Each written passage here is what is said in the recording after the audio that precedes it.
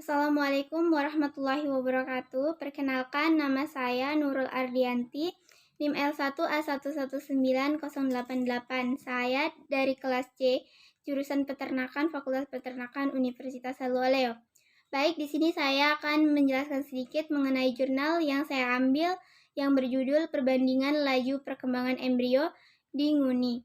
Perkembangbiakan sapi potong Bonsmara dan boran dengan fertilisasi in vitro dan inseminasi buatan. Baik, di sini yang pertama merupakan pendahuluan. Daging sapi regional Afrika Selatan bergantung pada jenis sapi potong sapi asli untuk keberlanjutan dan daya saing mereka di dunia global. Di antara orang Afrika Selatan, sapi potong asli daerah suku Nguni, Bonsmara atau merupakan jenis komposit dan boran memiliki kualitas daging yang hebat, seperti kualitas karkas yang baik dan juga kelembutan daging yang baik bagi konsumen.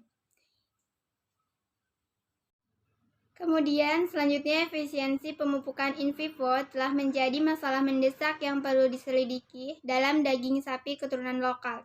Penelitian ini dilakukan untuk membandingkan dan menyelidiki embrio tingkat perkembangan di nguni Afrika Selatan.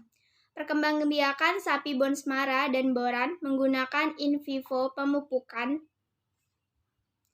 dan bayi tabung sebagai upaya mengatasi kegagalan produksi.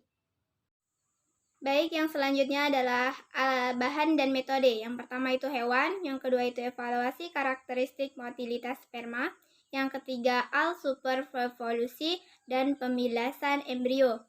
Yang keempat itu pengambilan ovum, yang kelima itu produk IVF dan embrio, yang keenam pewarnaan embrio, yang ketujuh adalah analisis statistik. Yang selanjutnya masuk kepada hasil dan diskusi.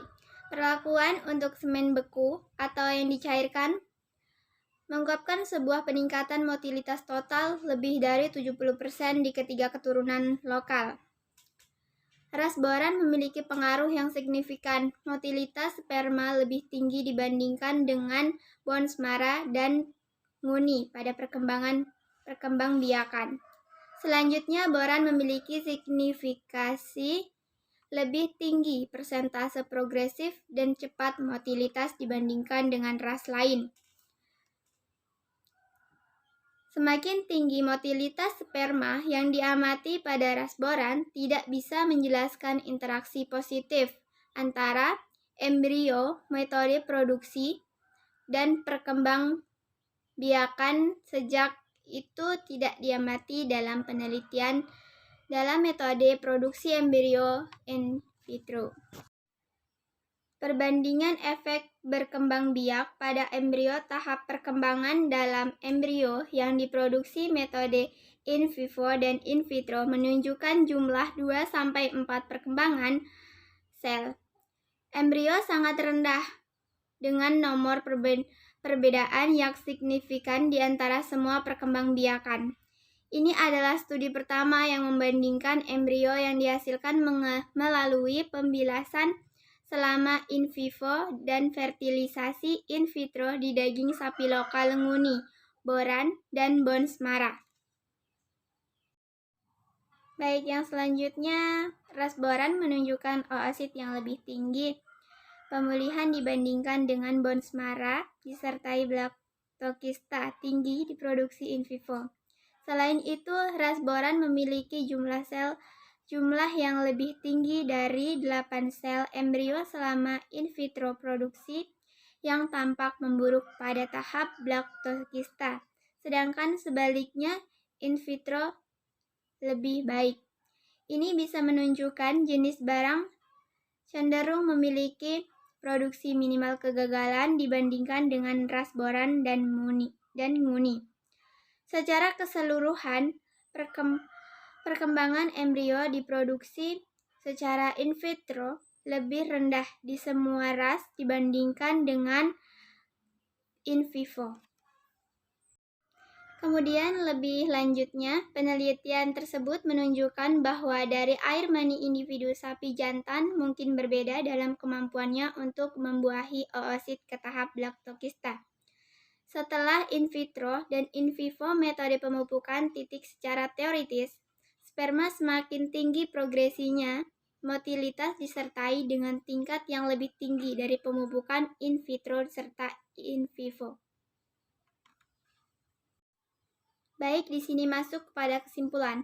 Kesimpulannya adalah ras boran tampaknya lebih unggul perkembangan embrio mengikuti in vivo dan in vitro metode produksi.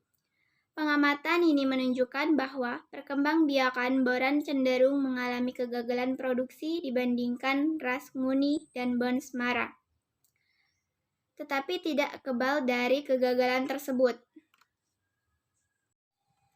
Selanjutnya, tampaknya ada file hubungan antara tingkat motilitas sperma dan laju pembuahan pada embrio in vitro dan in vivo perkembangan sapi potong.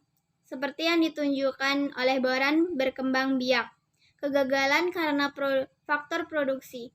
Kegagalan produksi itu terjadi ketika air mani sapi jantan individu digunakan selama in vivo dan produksi embrio in vitro tetap menjadi area minat yang lebih besar di antara para peneliti.